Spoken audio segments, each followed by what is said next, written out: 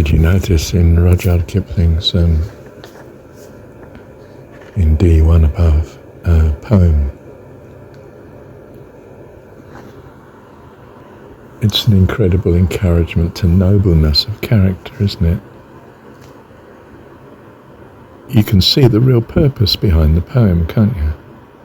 You know, on any detail you might actually disagree with whether that's a good value or not. You know, or whether it's a foolishness or realism or spiritually right. But the overall thing is an incredible encouragement to nobleness of character. And as you notice from the end, you'll be a man, capital M, my son. The sheer value of the human being. All of them. You know, not just the good and the great, so to speak. All of them are just phenomenal. Made by God, of course.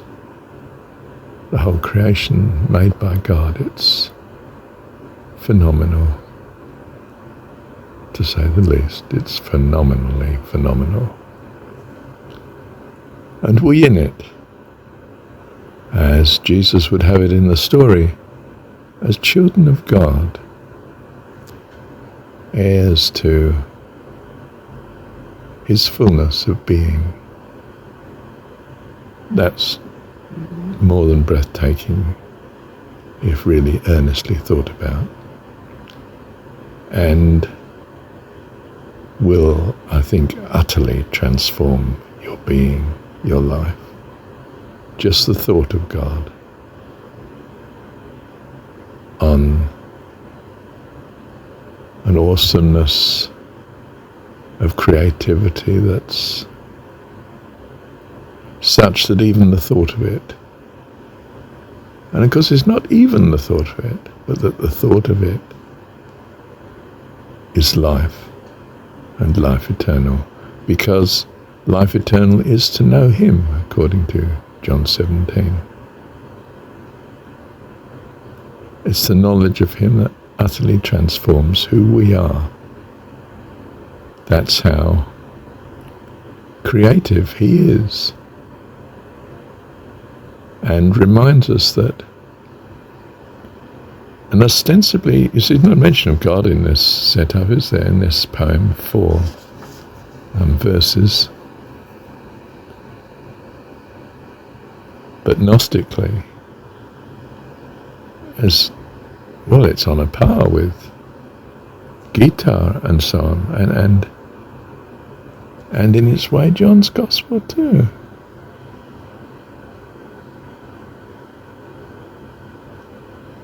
You know, there's it's such a commendation of goodness, isn't it? Of character, it is Victorian, but in spite of being a rebel in his culture, in his day, do you see how he was the finest of Victorian character? And of course there were many. There were, you know, the whole nonconformist movement of noble intent. What can we do for the poor and for slaves and so forth, you know? Anyone from Charles Dickens' writings to the Wesleys preaching. And they're not opposite extremes when it comes to what really counts with God. In us, compassion, love, which is the driving essence of the Jesus story. And in the way, if you look at it, Krishna is speaking to Arjuna in that story. It's to rescue, nurture, give, help, build up, strengthen, encourage, create and sustain.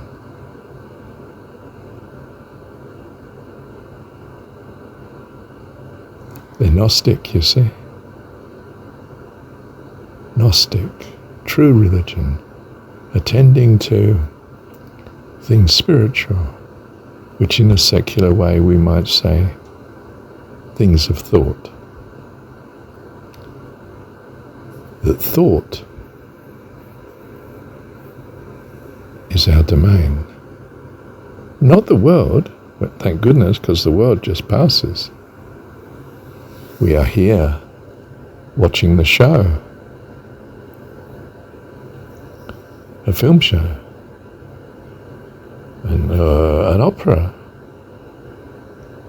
And we're moved passionately by the emotions, our emotions, by the opera.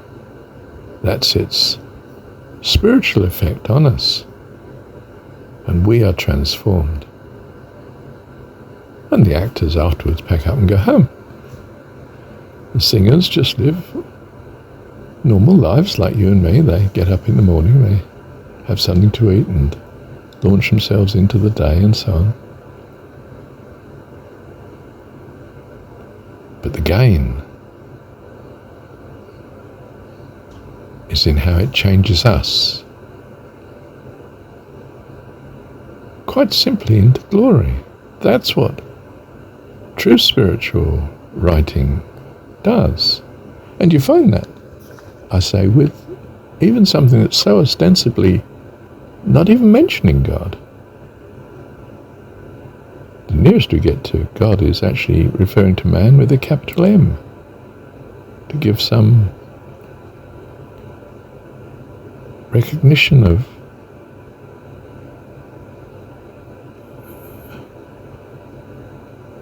a living being. But the whole thing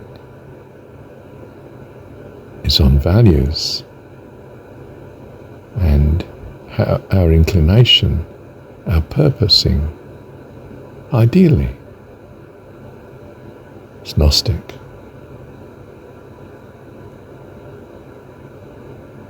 Spiritual. The thought world. You know, it's not new to any person of religious faith that faith is what counts. The desire to hold a particular view.